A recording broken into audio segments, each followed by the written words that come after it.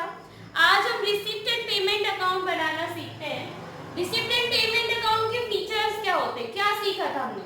Receipt and payment account आपका real account होता है एंड रियल अकाउंट का गोल्डन रूल क्या था, debit what comes in and credit what goes out, right, यही था। तो रिसिप्ट एंड पेमेंट अकाउंट आपका रियल अकाउंट है, जो कुछ भी आपके पास आएगा वो कहां जाएगा, डेबिट साइड, और जो भी पेमेंट करोगे आप वो क्रेडिट साइड, ठीक है। अच्छा, दूसरी चीज बताई थी कि रिसिप्ट एंड पेमेंट अकाउंट में only cash basis transaction record होते हैं, क्योंकि receipt and payment account is just similar to cash book जो कि हमने 11th में प्रिपेयर करी थी। तो रिसिप्ट एंड पेमेंट अकाउंट में only cash basis transactions record होंगे। दूसरा, यहाँ पर आपके बोथ नेचर्स के ट्रांजैक्शंस रिकॉर्ड होंगे, capital nature and revenue nature, यानी कि जो बड़े पेमेंट है, बड़े रिसिप्ट है वो भी, और जो छोटे पेमेंट्स है, छोटी रिसिप्ट है वो भी। समझ में आया।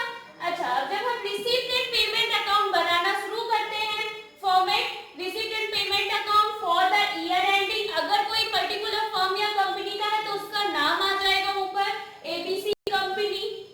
Then receipt and payment account here for the year ending जो भी रहेगा आपका। उसके बाद रिसिप्ट अमाउंट, पेमेंट्स अमाउंट, ठीक है, डेबिट एंड क्रेडिट। अच्छा, अब आ जाएंगे, शुरुआत करेंगे हम यहाँ से टू बैलेंस बीडी से। कैश या बैंक का जो भी ओपनिंग बैलेंस रहेगा आपका वो आ जाएगा आपका टू बैलेंस बीडी में and closing balance by balance CD में।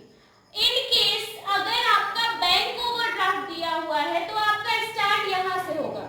अगर आपका बैंक ओवरड्राफ्ट दिया है क्वेश्चन में ओपनिंग बैलेंस, तो यहाँ आ जाएगा बाई बैलेंस बीडी, ठीक है। अगर नॉर्मल कैश बैलेंस दिया हुआ है या नॉर्मल बैंक बैलेंस दिया हुआ है तो टू बैलेंस बीडी।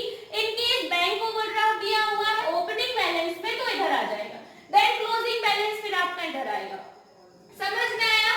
तो स्टार्टिंग करेंगे टू बैलेंस बीडी से, कैश या बैंक बैलेंस आपका ओपनिंग वाला, देन आपका टू कैपिटल रिसिप्ट, जितनी भी कैपिटल रिसिप्ट हुई है ओनली कैश वाली, जितनी भी कैपिटल रिसिप्ट हुई है कैश ट्रांजैक्शन से वो सारी आपकी कहां चली जाएगी, डेबिट साइड पे रिसिप्ट पे, ठीक है।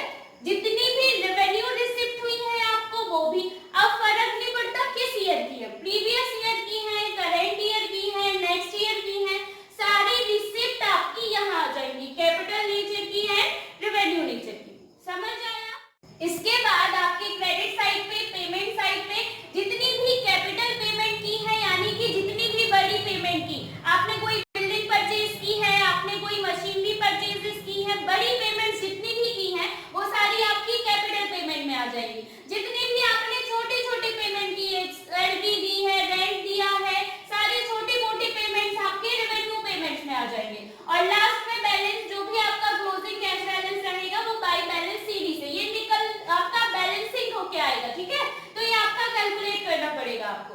समझ आया। हम अभी बाद में देखते हैं कि कौन कौन से कैपिटल रिसिप्ट हमें पढ़ने हैं, कौन कौन से कैपिटल पेमेंट्स हमने पढ़ने हैं, कौन कौन सी रेवेन्यू रिसिप्ट या रेवेन्यू पेमेंट्स होते हैं, ठीक है। अभी केवल फॉर्मेट देख रहे हैं, फिर आगे देखते हैं कि क्या है रेवेन्यू रिसिप्ट या कैपिटल रिसिप्ट, पर्टिकुलर कौन कौन सी टर्म्स आती है इसके अंदर, ठीक है। तो अब देखते हैं इनकम एंड एक्सपेंडिचर अकाउंट कैसे बनाते हैं, इसका क्या परफॉर्मा है। सबसे पहले income and expenditure account for the year ended, आपका एक्सपेंडिचर अमाउंट, इनकम अमाउंट, यहाँ पे आपको पर्टिकुलर अमाउंट नहीं डालना है, कंफ्यूज नहीं हो जाना, वहां पे रिसिप्ट एंड पेमेंट, यहाँ पे एक्सपेंडिचर एंड इनकम। तो हमें पता है कि इनकम एंड एक्सपेंडिचर, जैसे कि प्रीवियस वीडियो में मैंने आपको बताया था, इनकम एंड एक्सपेंडिचर अकाउंट आपका नॉमिनल अकाउंट है। कौन सा? नॉमिनल अकाउंट है। अब इसका गोल्डन रूल क्या होता है, debit all expenses and losses, credit all incomes and gains.